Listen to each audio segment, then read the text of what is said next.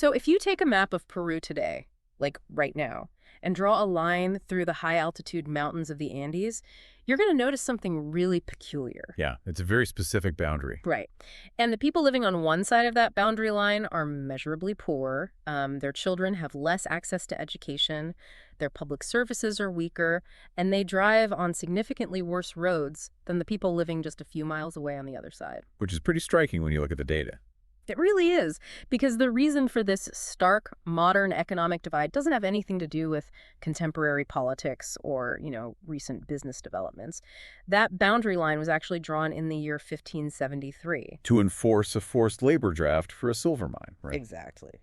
Welcome to the deep dive, everyone. Today, you and I are going down into the historical basement, so to speak, to look at those original accounting ledgers. And it's an important trip to take, because we tend to look at global wealth today, the highly developed nations versus the developing ones, as this contemporary snapshot. Right, like it's all just recent history. Exactly.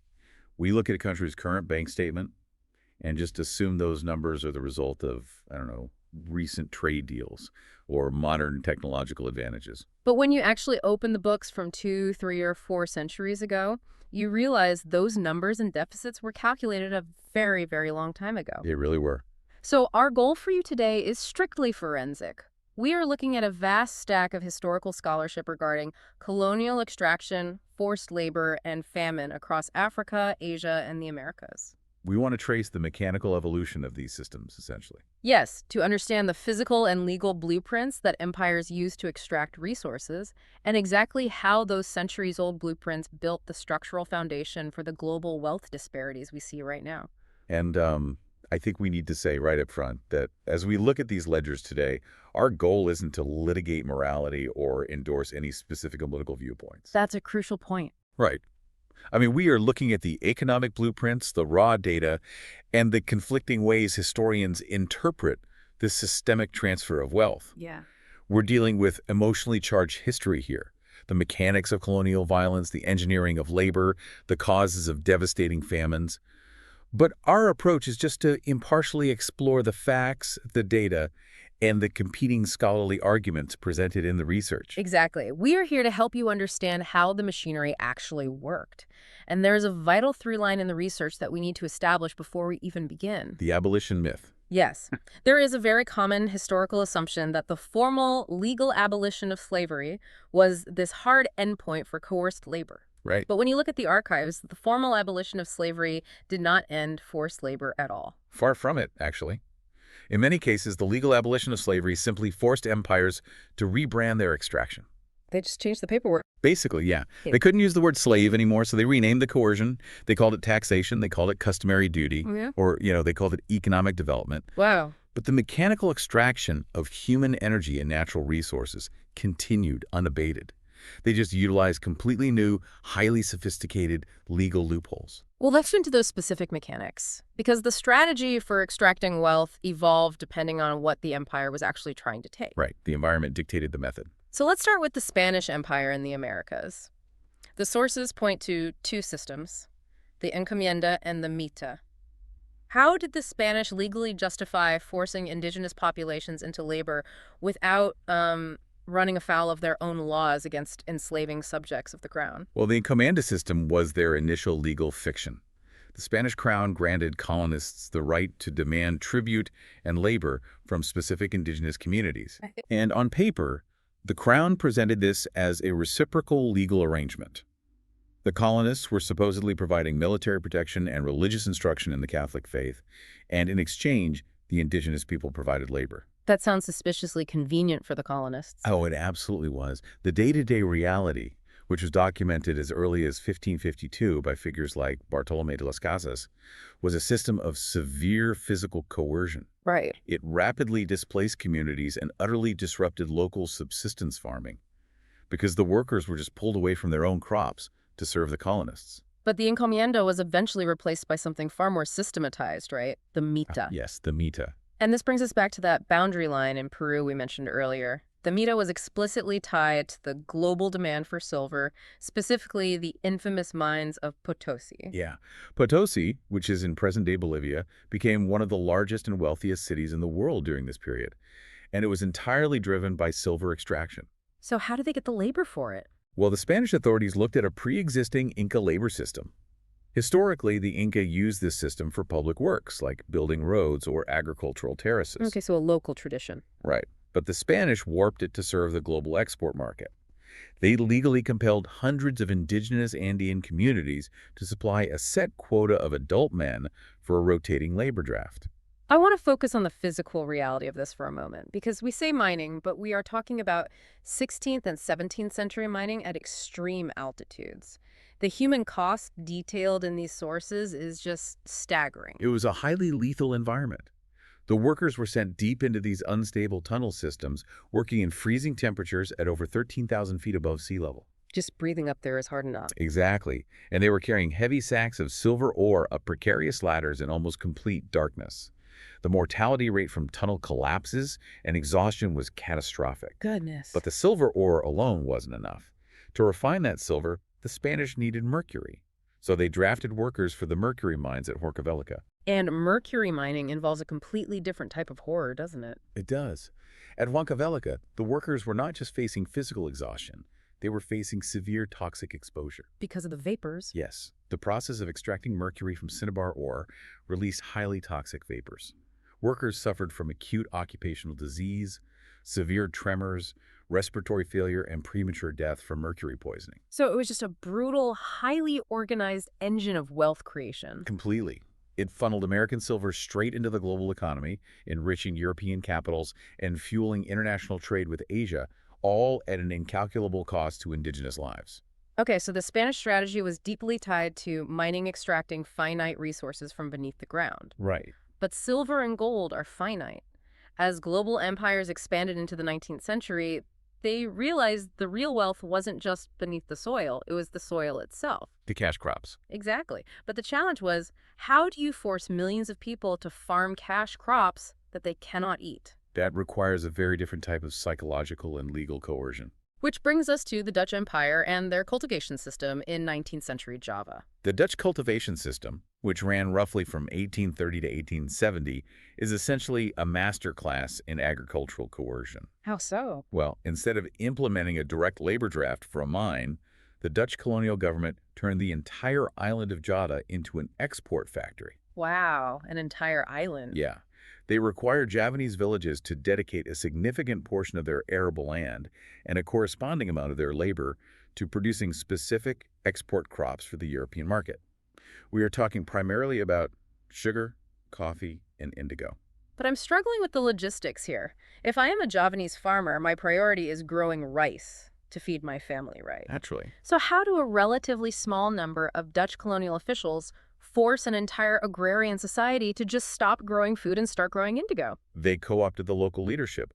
The Dutch authorities used village headmen to enforce strict production quotas. Oh, I see. If a village met its quota, the headmen received a percentage of the profits. If they failed, they faced severe punishment. So the coercion was filtered through local authority structures. That's insidious. It was. And the research by economic historians like Pim Deswoord demonstrates the stark caloric mathematics of this policy. The caloric mathematics, meaning the energy expended versus the energy consumed. Precisely. Farming sugar and indigo is incredibly labor-intensive. By forcing villages to use their most fertile land for exports and expending their daily caloric energy on cultivating those exports, the Dutch severely diverted vital resources away from local food production, So you have farmers burning more calories than ever before. while simultaneously growing less rice. That's a recipe for disaster. The demographic fallout was severe malnutrition, deeply increased vulnerability to epidemic diseases like cholera and typhoid, and elevated mortality rates in the most heavily burdened districts. But the system was profitable for the Dutch. Oh, it generated vast revenues that essentially built the modern Dutch economy, but it fundamentally destabilized Javanese food security. It's fascinating how the extraction method shifts based on the environment and the resource. We see the legal draft for silver, the agricultural quota for sugar, but what happens when the resource is spread out across a vast, impenetrable rainforest? Right. That brings us to the Belgian administration in the Congo Free State under King Leopold II. The target here was wild rubber and ivory. The Congo Free State represents perhaps the most extreme example of outsourced colonial extraction. King Leopold essentially franchised out vast tracts of the Congo Basin to private concessionary companies. Like giving out corporate monopoly. Exactly. And their singular mandate was to extract wild rubber and ivory as quickly and cheaply as possible. To justify the forced labor required to harvest this rubber, the Belgian administration manipulated local customs. The research highlights a concept called rubu. Yes, the sources mention this being portrayed as a traditional communal chore. Right. Before colonial rule, communities might have a concept of communal labor. Everyone pitches in for a few days to clear a path or build a communal structure. Which is pretty standard around the world. It is. But Belgian colonial officials took this localized, brief concept of rubu and dramatically warped it. How did they change it? They legally classified the unending, grueling process of hiking deep into the jungle to collect wild rubber sap as an authentic, traditional African duty to the state. So they just redefined it. Yes. This legal sleight of hand was designed to obscure the colonial origins of the coercion, making it look to international observers like they were just respecting local customs. But anyone who has read about the Congo Free State knows the enforcement was anything but a traditional chore. How do you actually police rubber collection across thousands of square miles of dense jungle? You utilize sheer terror. The concessionary companies employed armed militias, often drawn from rival regions, to enforce the rubber quotas. And if they didn't meet the quota? If a village failed to deliver the required weight of rubber, the militias would engage in systematic hostage-taking.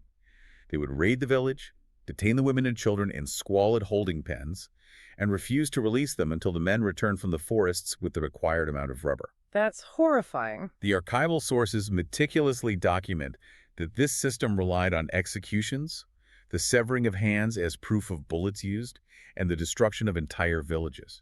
It was maximum extraction maintained by maximum violence. We've covered mining drafts, agricultural quotas, and concessionary terror. But arguably the most widespread blueprint for extraction came from the British and the Portuguese, who leaned heavily into taxation. Yes, the tax system. The research frequently examines hut taxes and head taxes, but I want to pause here and ask a mechanical question. Sure. If I'm a subsistence farmer in 19th century rural Africa, I don't use British or Portuguese coins. My wealth is measured in cattle or yams or communal land access. Right, you operate in a different economy. So if the colonial state imposes a tax in a currency that doesn't even exist in my local economy, how does that function as forced labor? That is the grim genius of the head tax. Yeah. It is a profoundly effective mechanism of control. When the colonial administration imposed a tax on your person or your household, they explicitly decreed that it could only be paid in the newly introduced colonial currency. Oh, I see. You could not pay your tax with a percentage of your harvest or a goat. You could not use your local subsistence economy to satisfy the state. So the state manufactures a debt that is impossible to pay through traditional means. Exactly. The state creates an artificial need for colonial currency. And the only way an African farmer could acquire that specific currency was to enter the colonial wage labor market. Wow. They had no choice but to leave their own farms and go work in European-owned copper mines, on settler-owned coffee plantations, or on colonial infrastructure projects. And what happens if they refuse, if they just stay in their village and ignore the tax? This is where the legal architecture tightens the trap. Alongside the taxes, colonial states passed strict vagrancy and passed laws. Making it a crime to just exist. Essentially, yes. It became a criminal offense to be unemployed in the formal sector, or to be traveling outside your designated district without a labor pass signed by a European employer. So if you couldn't pay your tax or you were caught without a labor pass, You were arrested as a vagrant and sentenced to hard labor on state projects anyway. so they successfully manufacture a captive workforce. They secure a cheap labor supply while proudly claiming to the international community that they have abolished slavery. They argue, look, these aren't slaves. They are wage laborers paying their lawful taxes. Precisely. The research on Portuguese Mozambique provides a perfect illustration of this closed loop. Scholars Cleoniki Alexapoulou and Dassel Diouf detail how the Portuguese colonial state relied almost entirely on head taxes and the resulting forced labor to finance its own administrative existence. So the colony funded itself through this coercion. Entirely. They extracted the labor to build the colony, taxed the laborers to fund the police force that enforced the labor, and invested practically nothing in social integration, local schools, or broad-based development for the Mozambican people. It's kind of like a macroeconomic version of a rigged company town. That's a great way to put it. Imagine an entity builds a town and they force you to live there. They charge you rent for a house you never agreed to occupy, and they demand payment in company script. Right. The only place to get that script is to work in the company's highly hazardous factory for whatever wages they decide to dictate. If you refuse, you go to the company jail. You aren't technically classified as a slave, but your freedom of choice has been systematically eliminated by the legal and economic architecture of the town itself. That captures the dynamic perfectly. The architecture was built to leave you with no alternative but to participate in your own exploitation. Which brings us to the next vital phase of our deep dive. We have explored how the labor was mobilized and the resources were extracted. Now we must look at the physical and legal infrastructure that was built to actually move all of this wealth. Because a very common historical narrative you hear today is the argument of modernization. Yes. People say, well, colonialism was harsh, but it introduced modern infrastructure, it built railways, it built legal systems, it brought development. But the scholarship asks us to look mechanically at what that infrastructure actually did. So let's look at it. Let's start with the physical infrastructure of empire. The physical infrastructure is crucial for understanding modern inequality. Let's look closely at railway construction. The sources detail extensive rail projects, such as the French Congo Ocean Railway and British railway networks in northern Nigeria and the Gold Coast. Now, I want to be very clear with our listeners about the reality of building these railways. These were not public works programs offering competitive wages. Not at all. The Congo Ocean Railway is frequently cited as one of the deadliest infrastructure projects in the history of colonial Africa. How deadly are we talking? French authorities forcibly recruited tens of thousands of African workers, pulling them from territories hundreds of miles away. Research by William Gervais, Clarence Smith, and others highlights the grim reality on the ground. Which was? These workers were subjected to severe food shortages, rampant tropical diseases, physical exhaustion, and corporal punishment, with almost no medical infrastructure to support them. So it was just a meat grinder. It was a lethal environment designed purely for speed and cost efficiency. Similarly, in northern Nigeria, British administrators relied heavily on coercion, using local chiefs and administrative threats to supply a constant stream of forced labor for rail construction. Let's push past the human toll for a moment, as awful as it is, and look at the actual engineering blueprint. When someone says they built railways, I picture a network connecting cities, allowing people to travel, trade, and build a local economy. Right, a web of connectivity. But the research points out that these rail lines were decidedly not designed to integrate local economies. That is the defining characteristic of extractive infrastructure.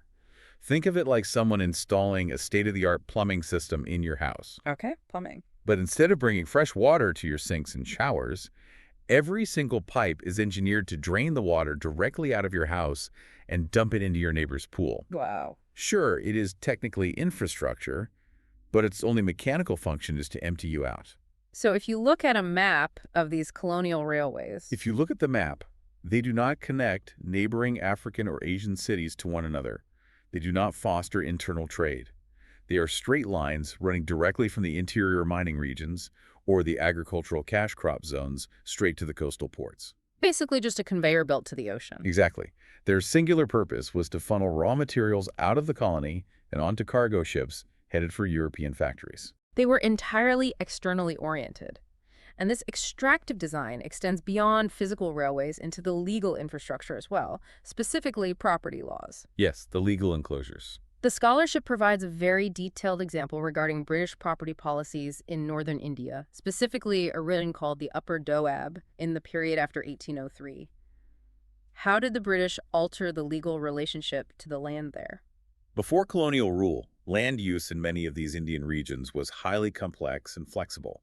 It often involved overlapping communal rights.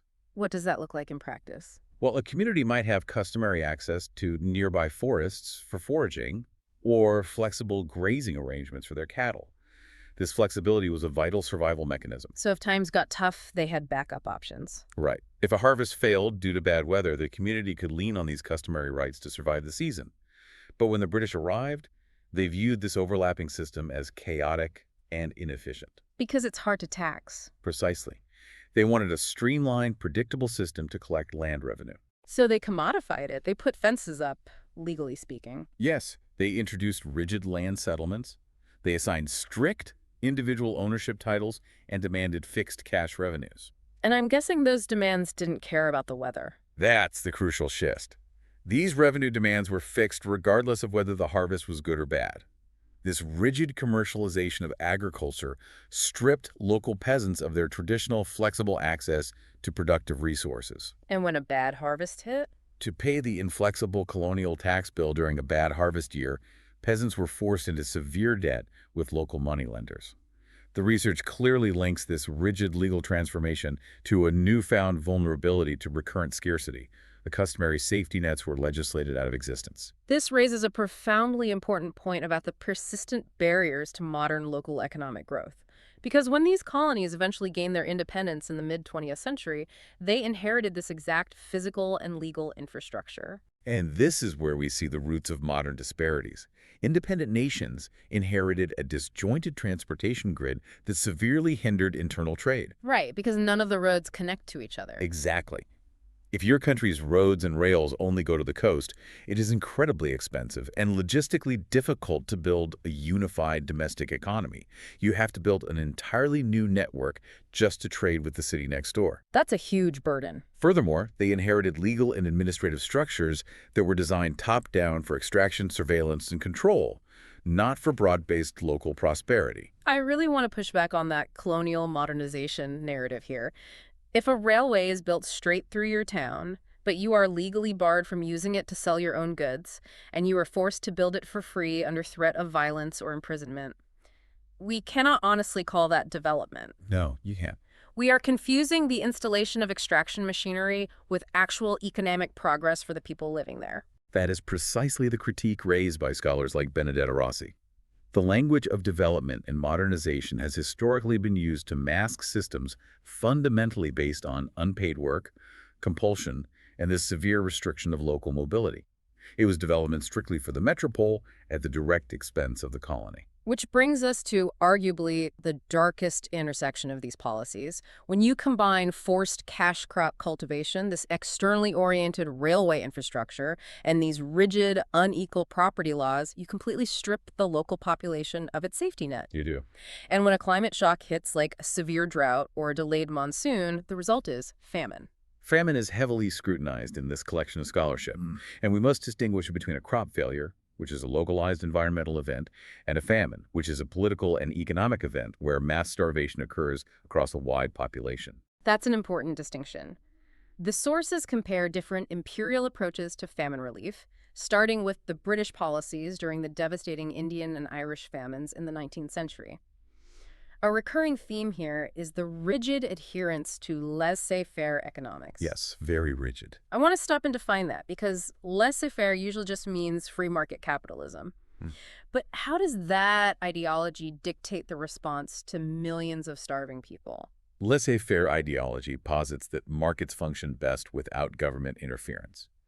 In the context of 19th century British colonial administration, this meant officials frequently resisted intervening in grain markets or imposing price controls, arguing that it would disrupt private trade. So they just let the market run its course while people starved. They believed that if prices went up, merchants would naturally move grain to where it was needed. Yeah. But in reality, merchants moved grain to where people had money to buy it, which often meant exporting it out of starving regions.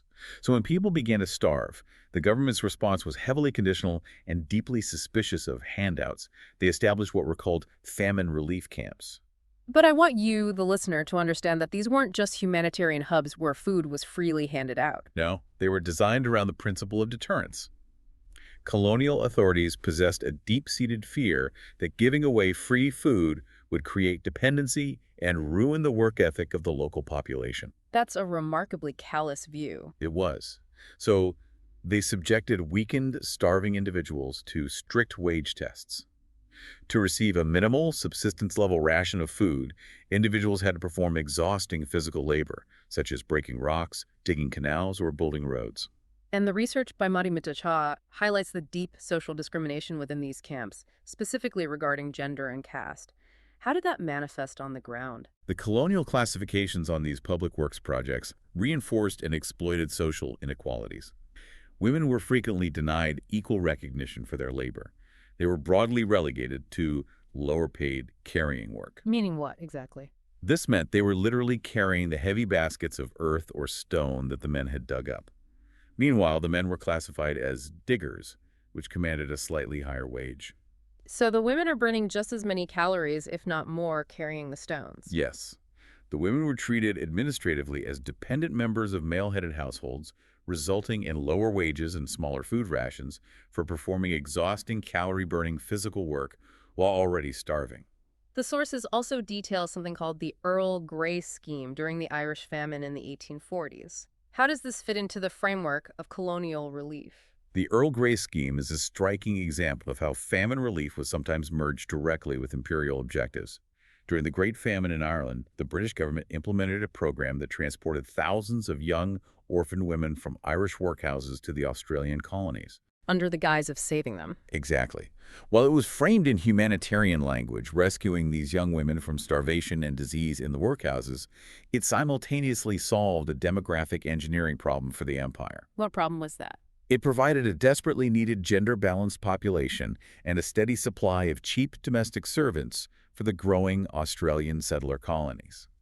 It was relief that directly served the strategic needs of the empire. That is a very calculated type of relief policy. How does that compare to French policies during the huge famine in Vietnam, then part of French Indochina in 1944 and 1945? The Vietnamese famine of 1944 and 1945 occurred under a highly complex dual administration. French colonial authorities were operating under Japanese military occupation during the height of the Second World War. That sounds incredibly chaotic. It was. And the research by Jessica Chapman and Ken McLean shows a situation where metropolitan and military needs utterly superseded any concern for local survival. Both the French and the Japanese imposed large-scale wartime requisitions of rice from the local peasants. They just took the food for the soldiers. Yes. Furthermore, they forced local farmers to convert their vital rice fields into industrial crops, like jute, to supply materials for the war effort. And the transportation infrastructure played a role here too, right? A deadly role.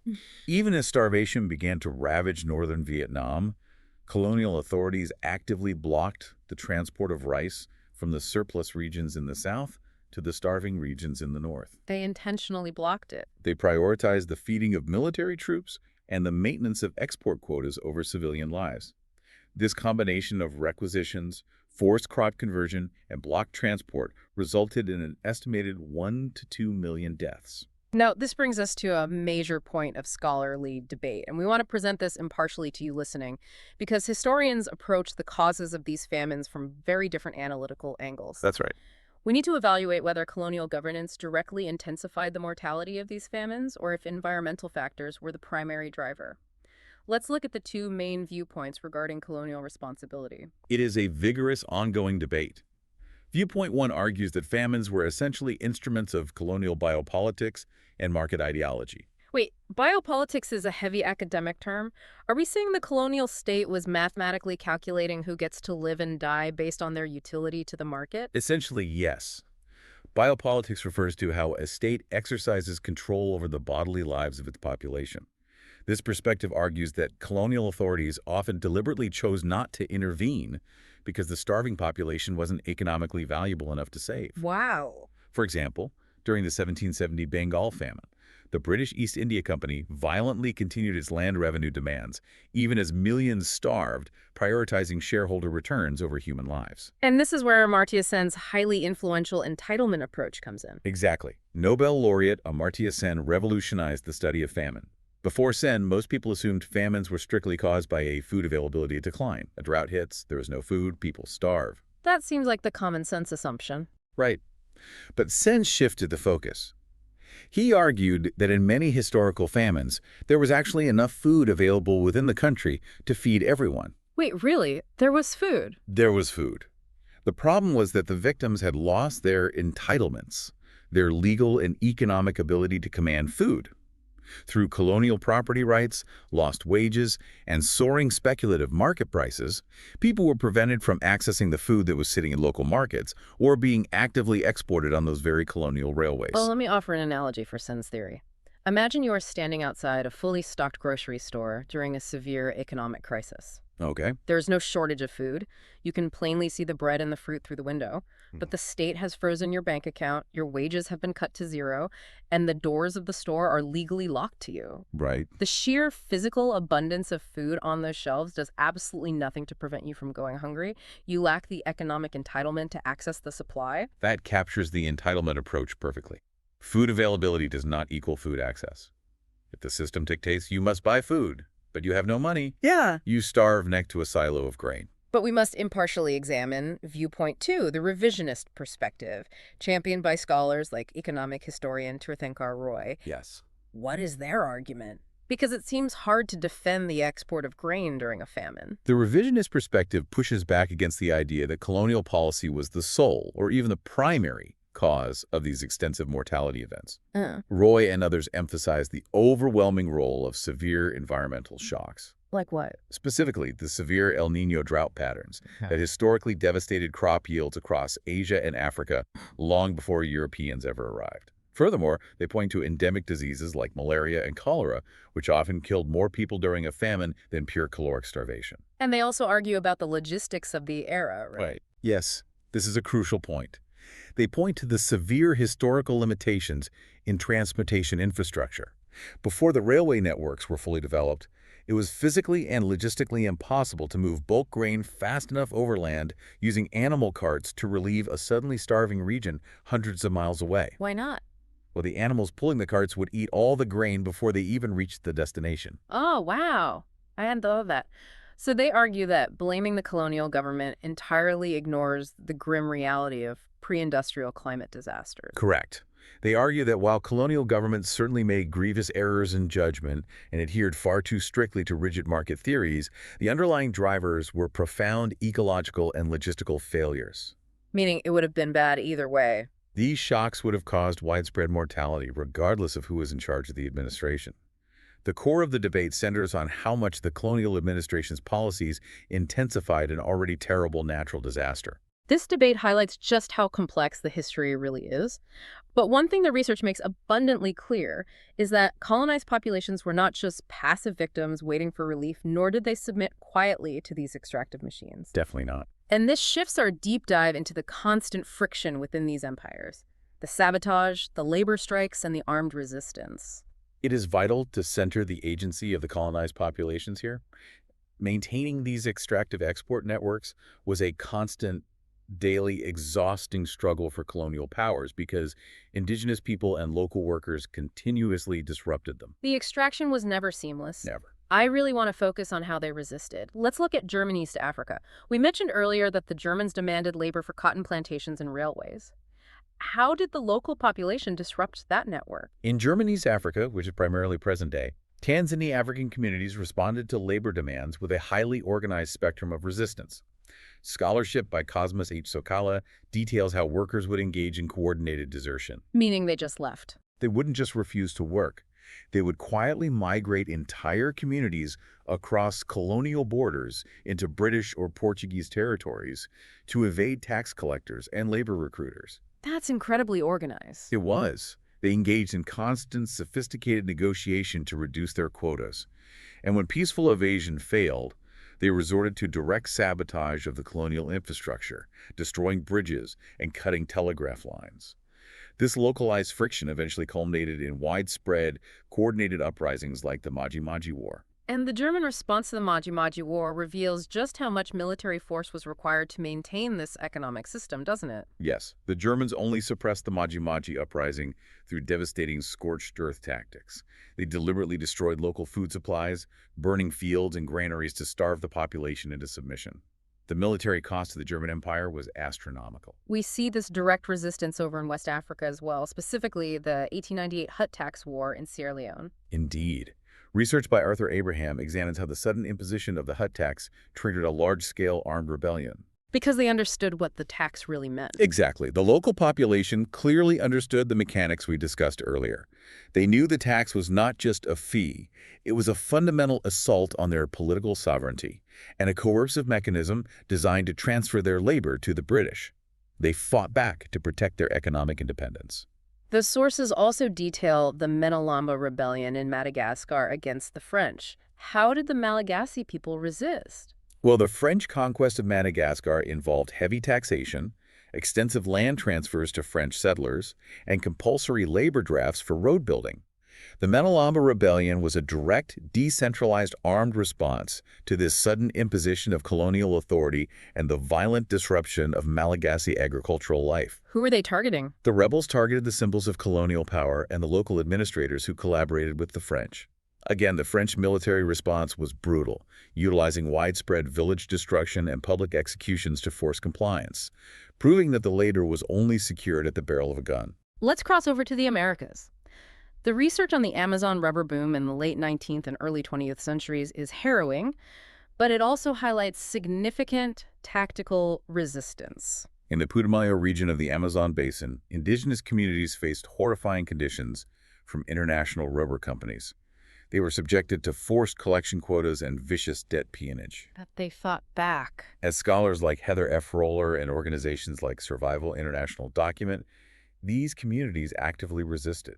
They weaponized their deep knowledge of the geography. How so? They facilitated mass flights away from the extraction zones, retreating deeper into the impenetrable Amazon rainforest where the commercial agents just could not follow. They also engaged in targeted armed resistance against the company overseers trying to enslave them. Their knowledge of the terrain was their greatest defense against extraction. There is also a really nuanced example in the sources regarding colonial Bengal. It moves away from armed rebellion and into the realm of organized labor. It talks about the complex position of peasant workers. Yes, the research by Supho Basu explores what he calls the paradox of the peasant worker. In Bengal, peasants were navigating a suffocating web of colonial debt, harsh landlord exactions, and forced service. A really difficult position to be in. Very. But they were not just passive agrarian subjects. By the late 19th and early 20th centuries, as the British built industrial centers, many of these peasants migrated to the jute mills around Calcutta. And what did they do there? Once there, they actively organized. They participated in emerging labor strikes, demanding better wages and conditions. They strategically linked their specific workplace grievances in the mills to the broader, growing nationalist movement against British rule. They navigated colonial extraction by recognizing and weaponizing their collective labor power.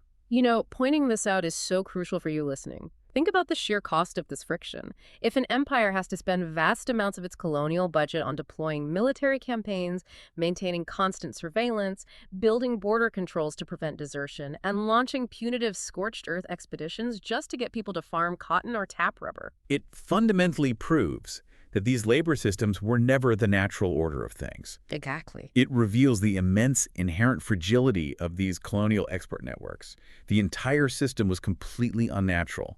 It went against the basic economic, physical, and survival interests of the local populations. So it required constant force. Consequently, the colonial state could not function as a normal administrative body.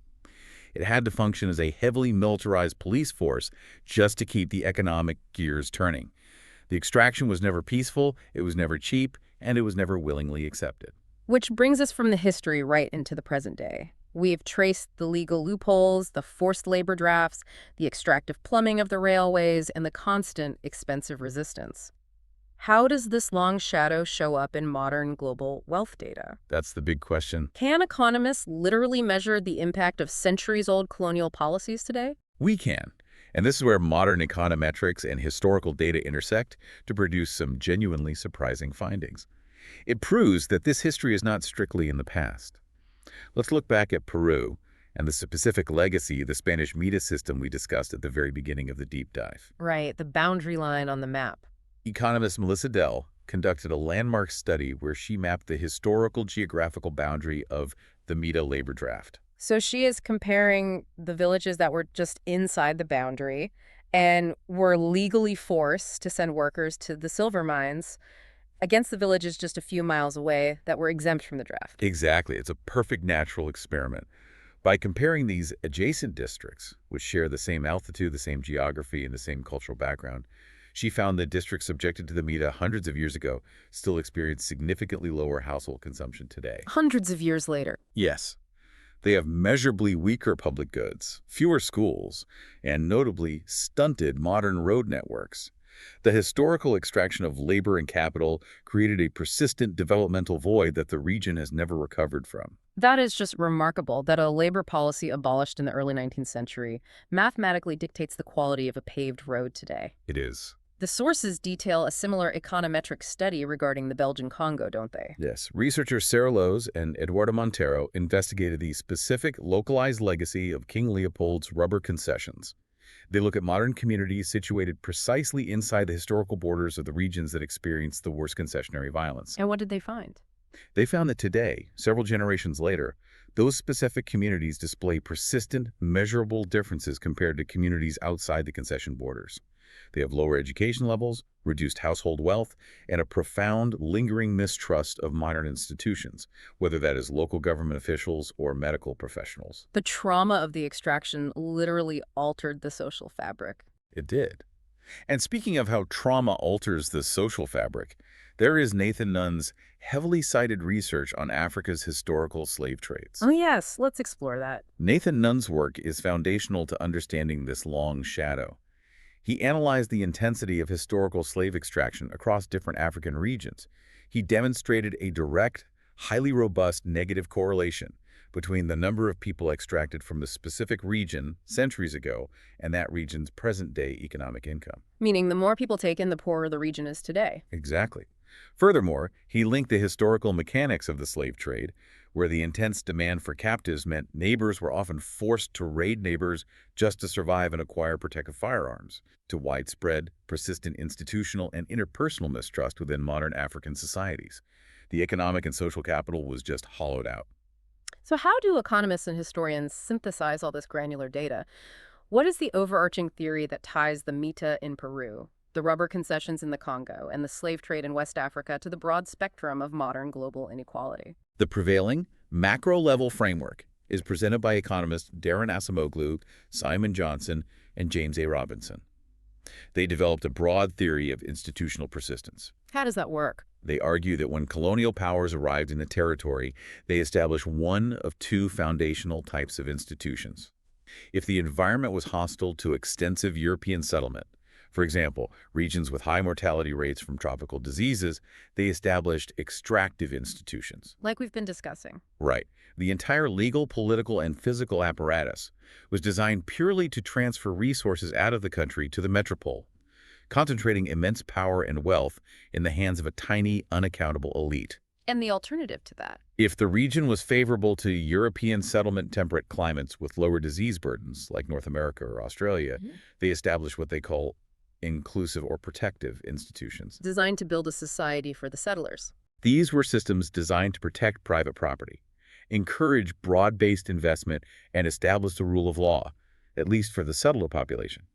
Their core finding is that the initial historical choice of institution dictated the long-term economic trajectory of the entire nation. Because of that concept of institutional persistence. Exactly.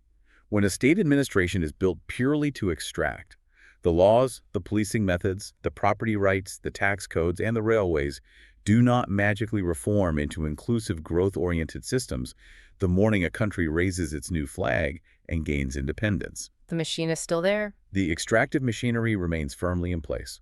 It is deeply entrenched in the legal code. Often it is simply taken over by a new domestic elite who utilize the exact same tools of extraction. It makes me think of a computer operating system. How so? Imagine you inherit a vast server system, but the operating system was hard-coded by the original programmers strictly to export all data to an external offshore server. Okay, I follow. It has no functions for local storage, no security protocols for local files, and no applications for internal networking.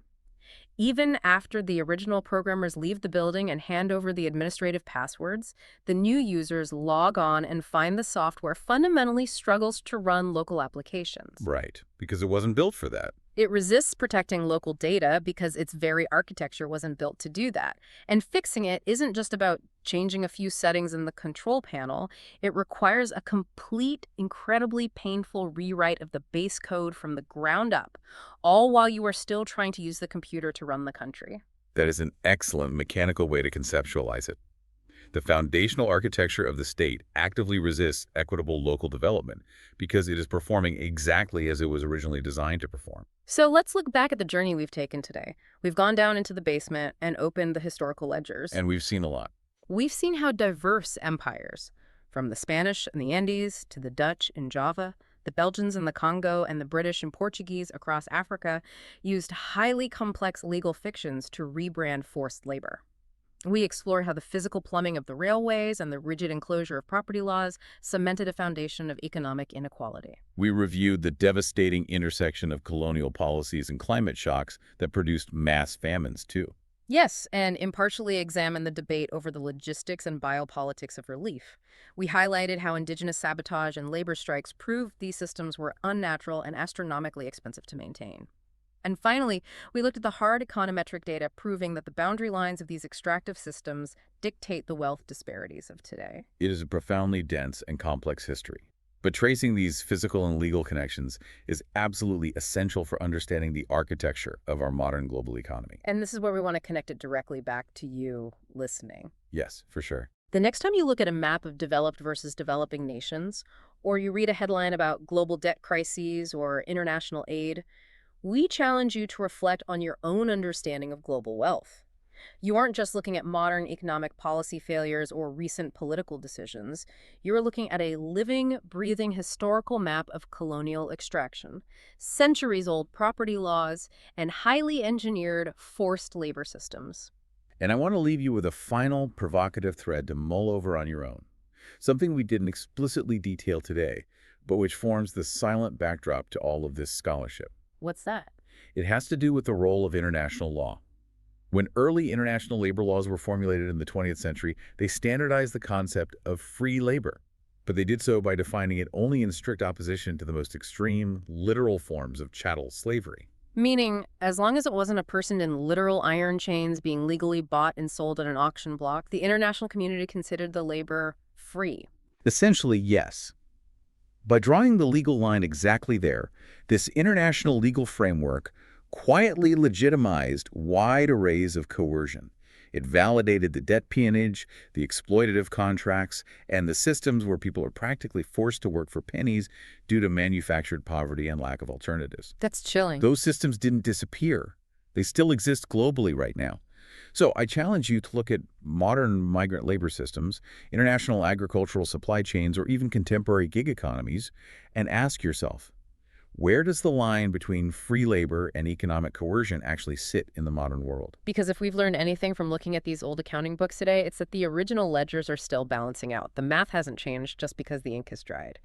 Thank you for joining us on this deep dive. We will catch you next time.